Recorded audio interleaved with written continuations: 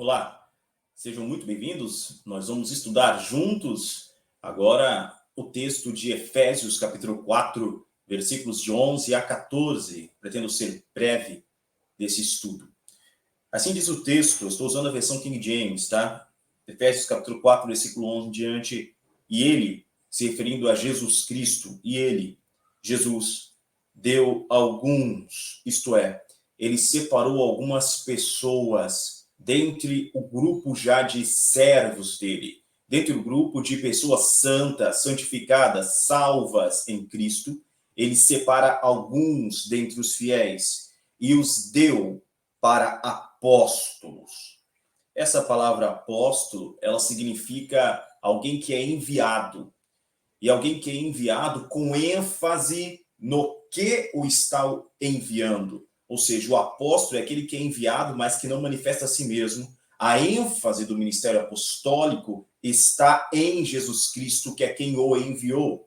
Um apóstolo, pela raiz dessa palavra, é alguém que é enviado na mesma autoridade daquele que o envia.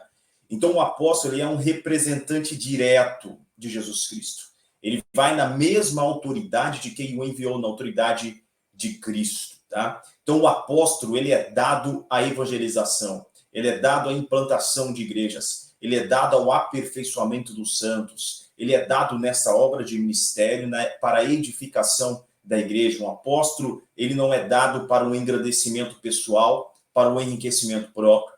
Um apóstolo, ele está para enriquecer a outros de forma espiritual. Esse é um apóstolo. Um apóstolo é aquele que também sofrerá por Jesus Cristo. Todos os apóstolos sofreram perseguição. Todos os apóstolos tiveram levantes contra eles, tanto fora como também dentro da comunidade cristã. Então, o apóstolo ele tem um ministério que é entregue por Jesus Cristo, mas tem muitos que lhe fazem barreira, que lhe fazem oposição, assim como a todos os dons ministeriais aqui presentes. Cada pessoa que receber um dom ministerial desses vai enfrentar oposição. Vai ser mal compreendida muitas vezes, porque a excelência da manifestação de Cristo nessa pessoa fará com que aqueles que são religiosos mundanos, orgulhosos, envaidecidos em si mesmos, os tenham como rivais.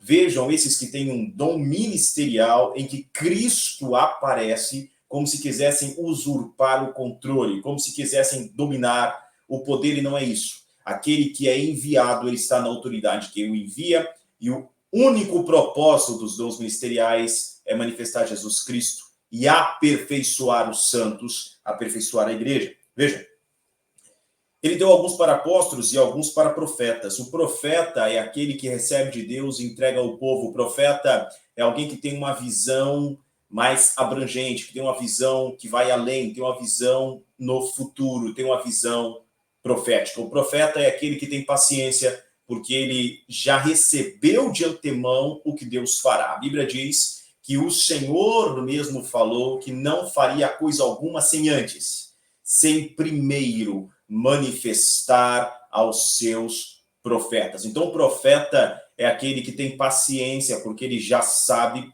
pela revelação de Jesus Cristo, de coisas futuras. Então, o profeta, ele recebe de Deus e ele transmite ao povo. O profeta tem uma mensagem, mas prestemos atenção, o profeta nunca, jamais terá uma mensagem que seja superior à Bíblia Sagrada. Um profeta nunca, jamais, em qualquer hipótese, um profeta genuíno nunca irá trazer uma mensagem que é contrária à Bíblia Sagrada, que é contrária à palavra escrita de Deus. O profeta nunca, em hipótese alguma, trará uma outra revelação que seja superior à Bíblia. Porém, toda a profecia, toda a revelação, toda a manifestação do caráter profético da mensagem está subordinada, primeiramente, à Bíblia Sagrada, subordinada à maior profecia. Em terceiro lugar, ele deu alguns para evangelistas. O evangelista é aquele que é enviado. Ele é enviado a pregar, ele é enviado a ensinar, ele é enviado para arrancar pessoas das garras de Satanás. O evangelista, ele não para. Ele tem uma necessidade intrínseca de apresentar Jesus. O evangelista, ele se esforça nos estudos, na oração, no jejum, porque o evangelista enfrenta suas batalhas em público, o evangelista enfrenta grandes e terríveis confrontos para trazer almas a Cristo, assim como todos que possuem os dons ministeriais, mas o evangelista está ali na linha de frente, ele é responsável por grandes cruzadas, por manifestações, por sinais da parte de Deus. Então o evangelista, ele está aí para pregar e para ensinar, ele utiliza o querigma. Esse querigma é justamente a pregação e o ensino. O evangelista, ele leva a mensagem exclusivamente do evangelho. Então, o único propósito do evangelista é manifestar Jesus como a salvação de Deus para o mundo. E alguns ele deu para pastores. O pastor é aquele administrador, aquele que é responsável pelas almas, aquele que está próximo, que consola, que conforta, que corrige, que redargue, que chama atenção, que chama para perto. É aquele que ora em favor, que intercede, que verdadeiramente se gasta e se deixa gastar pelo rebanho de Cristo. Um pastor aqui, ele reconhece que ele é um pastor sob a supervisão do sumo pastor da igreja, que é Jesus Cristo. Esse pastor, ele é pastor por delegação. Então, ele recebe uma autoridade de Deus, ele recebe de Deus um dom ministerial para atuar no pastoreio do rebanho do Senhor Jesus Cristo. Então, o pastor está ali com muita paciência, está nos aconselhamentos, o pastor está no direcionamento, o pastor está presente na vida diária da ovelha. O pastor, ele se preocupa com a ovelha em todos os âmbitos da vida da ovelha, tá? Então, esse é um pastor, aquele que se afadiga na obra. E, por último, ele deu alguns para mestres, ou doutores, ou professores, tá? Então, ele deu alguns para mestres. O mestre é uma pessoa separada, especialmente separada por Deus, e essa pessoa se dedica ao estudo, e ela se dedica na busca da oração e do jejum para uma maior compreensão da revelação bíblica, da revelação da palavra de Deus. O mestre é aquele que busca receber de Deus uma mensagem genuína para transmitir ao povo esse ensinamento genuíno. É o mestre está ali para corrigir os ensinamentos, para evitar as falsas doutrinas, para instruir o povo. Então, o mestre é alguém que foi separado por Deus, recebeu uma graça especial para uma compreensão mais elevada, mais profunda da verdade bíblica, das verdades espirituais. O mestre se afadiga.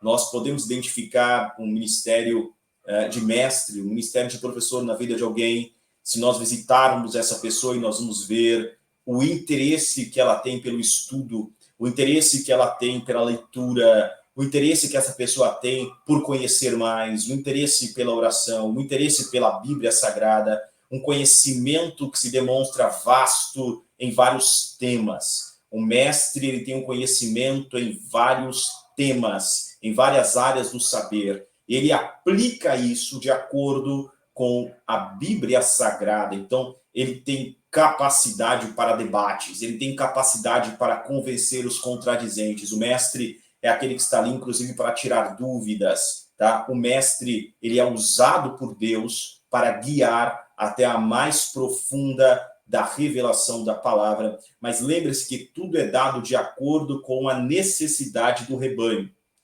Então, mesmo esse ministério de mestre, ele também vai estar alinhado à necessidade do rebanho.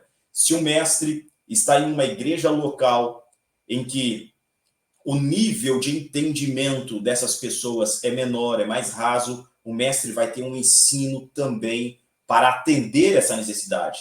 Então, ele vai ter um ensino que seja mais raso, um ensino que possa ser compreendido. Ele vai trazer também verdades profundas, sim, com uma progressão do tempo, a partir de que essas pessoas vão sendo amadurecidas, e ele vai utilizar meios de vida, ele vai apresentar exemplos locais, ele vai trazer isso para a realidade do povo, é o que Jesus fez. Jesus, sendo o mestre dos mestres, trouxe uma mensagem espiritual poderosíssima na linguagem do povo.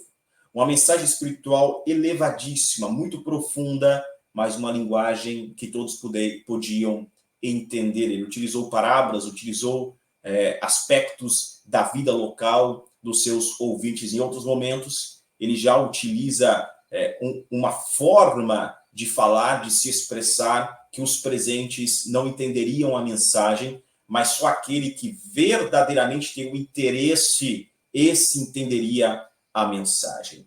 Tá? Então, para que é dado esses ministérios? Nenhum desses ministérios é dado para que a pessoa que o recebeu apareça. Como disse João Batista, que eu diminua e que ele apareça, que ele cresça. O ministério é dado para que o servo manifeste Jesus. Um verdadeiro apóstolo não tem interesse em que seu nome seja conhecido e afamado, mas tem interesse em que Jesus seja conhecido e afamado. Um verdadeiro evangelista não tem interesse em que seu nome seja famoso e grande, mas que o nome de Jesus seja famoso e grande.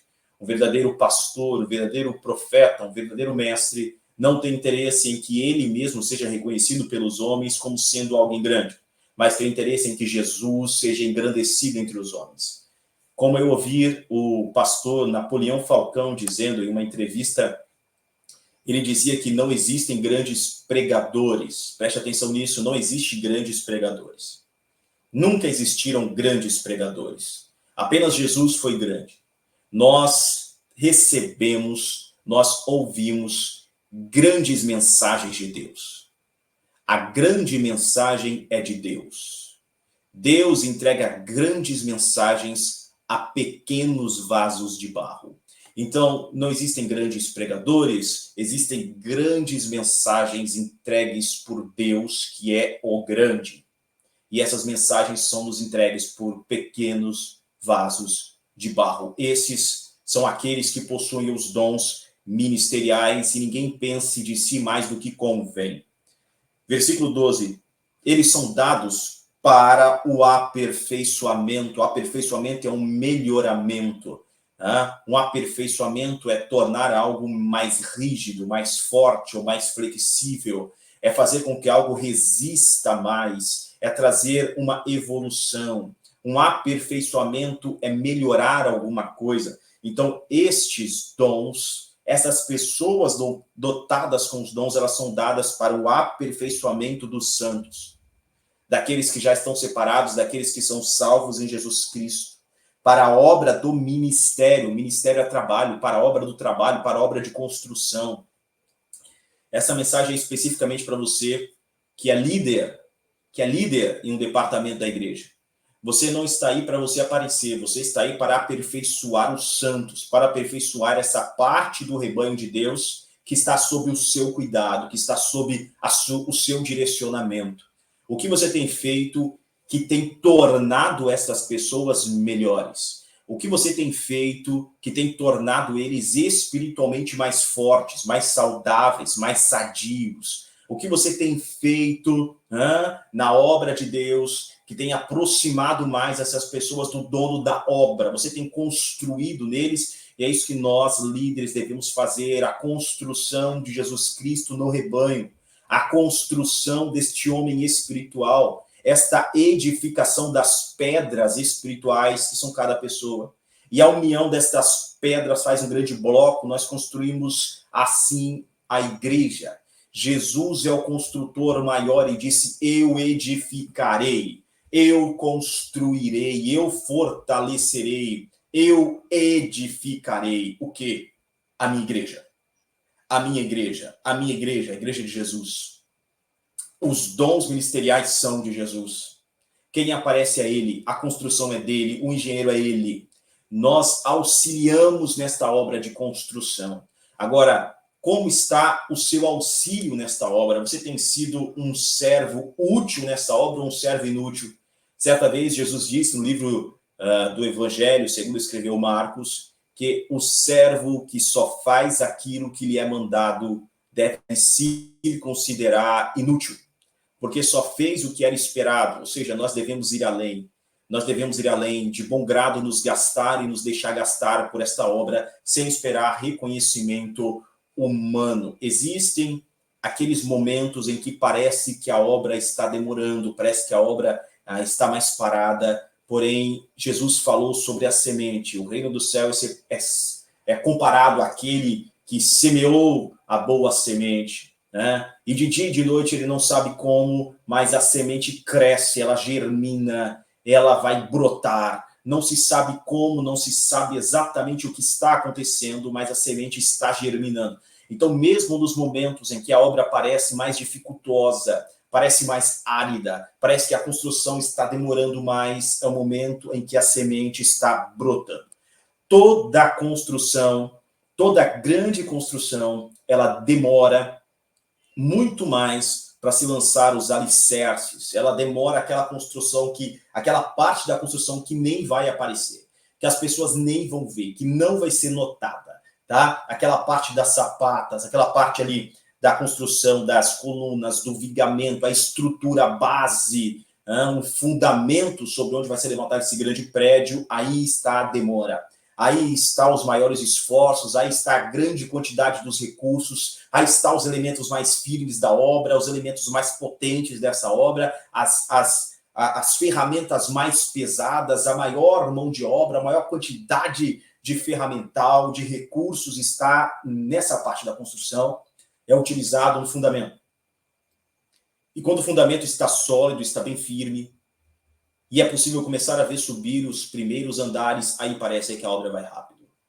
Aí parece que a obra vai rápido. Então, permaneça firme, você que é líder, você que é uma liderança na casa do Senhor, permaneça firme, você foi dado para o aperfeiçoamento dos santos. Trabalhe nisso. Trabalhe nisso. Trabalhe com jejuns, com orações, com ação. Com ação. É muito comum nós vermos nesses últimos dias da Igreja do Senhor crentes que não gostam de orar. Crentes que não gostam de ouvir pregações, que não gostam do estudo bíblico, que não gostam de ler a Bíblia. É muito comum vermos crentes que negligenciam o jejum, que negligenciam as orações pelas noites, pelas madrugadas. É muito comum nós vermos aqueles que abandonam a igreja. Hebreus, capítulo 10, versículo 25, diz que nós não somos daqueles que abandonam a igreja, que abandonam o ajuntamento de crentes, que abandonam a união. O corpo de Cristo é unido. O verdadeiro crente espiritual tem uma necessidade de estar em comunhão com seus irmãos. A ceia é um momento de comunhão. No céu nós entraremos em comunhão, não há uma separação. Então não opte por ficar em casa, esteja na congregação. Esteja nas reuniões, esteja nos cultos, esteja presente e esteja lhe dando um bom exemplo também como servo do Senhor. Mas vejamos a edificação do corpo. Essa edificação, esse melhoramento, esse aperfeiçoamento é para o corpo de Cristo. Nós trabalhamos em prol do corpo de Cristo. Nós trabalhamos em prol desse crescimento. Nós trabalhamos em prol das pessoas que devem manifestar a Jesus. O meu trabalho manifesta Jesus através de alguém. O seu trabalho deve manifestar Jesus através de alguém. De quem? Através daquele que te ouve, através daquele que você lidera, através daquele sobre quem você foi colocado por Deus. Você é colocado para o aperfeiçoamento. O aperfeiçoamento dos santos, para a edificação do corpo de Cristo, até que todos cheguemos à unidade da fé. Quão bom e quão suave é que os irmãos vivam em união. Em união é comparado à unção sacerdotal, é comparado à unção, o óleo que desce, aleluia, sobre a cabeça e vai até a barba de Arão, até as orlas de suas vestes, é a união. Nós vamos chegar a essa unidade da fé, e é para isso que nós trabalhamos, para a unidade. Então, nós que temos um dom ministerial, nós que estamos em uma posição de liderança também, nós nos afatigamos por outros. Permita-se entregar ao Senhor. Preste muita atenção nisso. Homens chamam homens para organizar. Um pastor que não tem o dom ministerial de pastor, ele entende que foi chamado para trabalhar apenas como um administrador do templo, um administrador da igreja local. Ele entende que foi chamado por homens para organizar. Mas quem é chamado por Cristo entende que foi chamado para a obra muito mais para agonizar em favor da obra, agonizar em favor de outras vidas. Jesus disse o seguinte a respeito do apóstolo Paulo: eu lhe mostrarei o quanto ele deve sofrer. O quanto ele deve sofrer pela minha obra. O quanto ele vai agonizar. Homens chamam homens para organizar. Jesus chama servos para se entregar, para agonizar, para ter os sentimentos de Deus, para se entregar e se deixar gastar em prol desta obra. Até que todos cheguemos à unidade e ao conhecimento do Filho de Deus. Conhecereis a verdade, e a verdade vos libertará. Nós estamos aqui para edificar o corpo de Cristo. É isso que nós devemos fazer, é nisso que seremos cobrados, é nisso. Você, como líder, pode até colocar reuniões de oração e talvez só você apareça nessas reuniões. Houve dias em que eu marquei reuniões de oração, reuniões de estudo, mas só eu apareci. E eu acredito que você compartilha comigo da mesma coisa. Houve outros momentos em que marquei reuniões de estudo, reuniões de oração, e vieram todos, praticamente todos, e vieram até visitantes, vieram mais pessoas que o esperado. Então nós temos estes momentos da obra. Mas naqueles momentos em que você parece estar sozinho, e você marcou uma reunião de oração, vá e ore. Marcou uma reunião de estudo, vá. Se não tiver ninguém para você compartilhar o estudo, estude sozinho. Se você tiver que compartilhar através da internet, abra uma câmera e compartilhe o estudo, então, com mais alguém. Deixe essa mensagem gravada, alguém vai ouvir, vai chegar lá, mas faça o trabalho. Trabalhe, nós estamos aqui para essa edificação e muitas vezes trabalhamos sozinhos e muito mais trabalhamos em oculto, quando ninguém está vendo. Muito bem. Conhecimento do Filho de Deus é para isso que trabalhamos. Quanto mais conhecemos a Deus, mais parecidos com ele nos tornamos. Quanto mais conhecemos a Deus, mais trabalhamos. Jesus, certa vez, disse aos fariseus em um dia de sábado: meu pai trabalha até agora e eu também. Meu pai trabalha até agora e eu também. Foi o que Jesus disse. Então nós, como servos, como pessoas que conhecem, como aquele que está se chegando a Deus, trabalhamos. E trabalhamos muito mais, como diz o apóstolo Paulo, trabalhamos muito mais. Então, chegue-se ao conhecimento do Filho de Deus, à salvação, a homem perfeito. Isso fala de maturidade espiritual.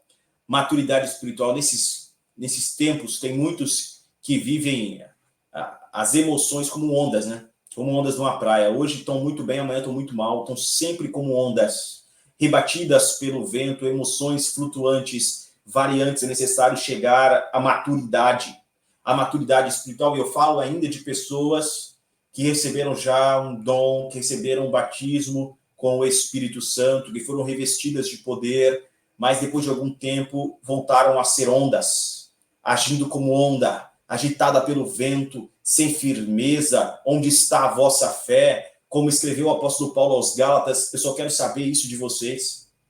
Será que vocês receberam o Espírito pelas obras ou pela fé? Será que vocês receberam a salvação por aquilo que vocês fizeram ou foi pela fé, pela pregação, por crer na mensagem? Eu só quero saber de vocês se, tendo começado no Espírito, vão terminar na carne. Então, se você está duvidoso, está duvidosa, está como ondas no mar, ore. Ore a Deus, ajoelhe diante do Senhor, separe um bom momento só com Ele, só com Ele, só com Ele. Talvez o seu coração pode estar endurecido, você percebe o coração endurecido e já não tem o desejo de orar ou de ler a palavra de Deus. Eu te indico, ore. Ainda assim, ore, cante a Deus e comece orando o quanto você consegue, mas peça ao Espírito Santo que ore através de você. Peça que o Espírito Santo interceda através de você, que ele coloque palavras em sua boca. Se ajoelhe diante de Deus e permita-se estar ali diante dele. Vá através de Jesus Cristo até Deus. Você não está aqui para se condenar, para se culpar. Jesus se entregou para o seu resgate e te escolheu para uma boa obra. Segunda, nós lemos Paulo escrevendo ao jovem Timóteo, né? Ele diz que está grato a Deus porque Deus o teve por fiel, o separando para a obra do ministério. Você que é separado para a obra do ministério, que está separado como liderança, foi tido como alguém fiel. Então mantenha a fidelidade ao Senhor, lembrando-se sempre de não se orgulhar em si mesmo. Jesus contou uma parábola sobre alguns servos e ele disse que certo homem chamou 3 servos. E a um dos servos entregou 5 talentos, a outro entregou 2 e a outro entregou 1 talento. Perceba que todos eles são chamados de servos. Todos eles têm o mesmo patamar neste momento. Eles são servos. Eles são servos, são fiéis ao ponto de lhe ser confiado riqueza. São servos e fiéis. Porém, após ter recebido aquela riqueza, um deles não fez nada. Ocultou-se, escondeu o que tinha, guardou o talento, não fez nada, absolutamente nada. E por fim, este servo que já foi fiel, ele foi julgado e tido como mau servo. Deus nos livre e nos guarde para que, assim como Paulo diz, tendo começado no Espírito, não termineis na carne. Então, se você está nesta obra, se dedique de verdade ao Senhor, à medida da estatura da plenitude de Cristo. Plenitude é algo completo, é cheio, pleno, é perfeito, tá? Versículo 14, para que não sejamos mais crianças. Crianças, em todo sentido, crianças. Crianças no sentido do entendimento, um pouco entendimento, crianças espirituais, pouca força, pouca firmeza, necessitando de muito auxílio, de muita ajuda de muitas pessoas, não consegue se manter sozinha, não vive sozinho, criança. Crianças emocionais, birrentas, que não suportam receber uma repreensão, crianças que não conseguem ouvir um não, crianças que não conseguem ter limites, crianças que não suportam a vara, crianças, não sejamos crianças atiradas para lá e para cá. Uma criança não tem domínio sobre si, ela é levada porque é mais forte. Por isso nós devemos conhecer, por isso devemos crescer em conhecimento, por isso nós devemos edificar o corpo de Cristo, para que não sejamos, e eles não sejam crianças, arrastados para lá e para cá, carregados por todo o vento de ensino mentiroso. Aqui está escrito doutrina. Existem doutrinas demoníacas, doutrinas de demônios, e nós devemos prevenir os nossos liderados. Neste momento tem muitos cristãos que estão ouvindo hinos de pessoas que não servem a Deus. Não servem a Deus. Buscamos o discernimento. Vamos ir ao Senhor para que possamos escolher bem aquilo que vamos ouvir e os hinos que vamos entregar a Deus. Buscamos o discernimento. Então tem aqueles que estão ouvindo, pessoas que estão cantando, mas só de olhar a forma como essa pessoa se veste, você vê que ela não está convertida. E a vestimenta é sim importante. É sim importante. A forma como você se veste manifesta o que está dentro de você. A Bíblia fala sobre espíritos de sensualidade. A Bíblia fala sobre aqueles que são sensuais. E os sensuais provocam divisão. Os sensuais se apartam de Cristo. Os sensuais estão distantes de Jesus. Como você se veste importa. Pela artimanha e astúcia dos homens que ficam a espreitar, como um animal, um caçador que está agachado atrás de algum arbusto, está escondido com os olhos fixos numa presa, esperando ela se aproximar para que ele possa matar. Veja, então existem estes homens que pela artimanha, astúcia, essa artimanha são pessoas que estão planejando, têm planos maléficos, planos para destruir o rebanho, planos para destruir as pessoas, planos para apenas usá-las de alguma forma, sem se importar com quem são, sem se importar com a verdade, artimanha para enganar. Aperfeiçoemos, pois, o corpo de Cristo, livrando-os de todo engano. Seja fiel ao Senhor e Deus te abençoe em nome de Jesus.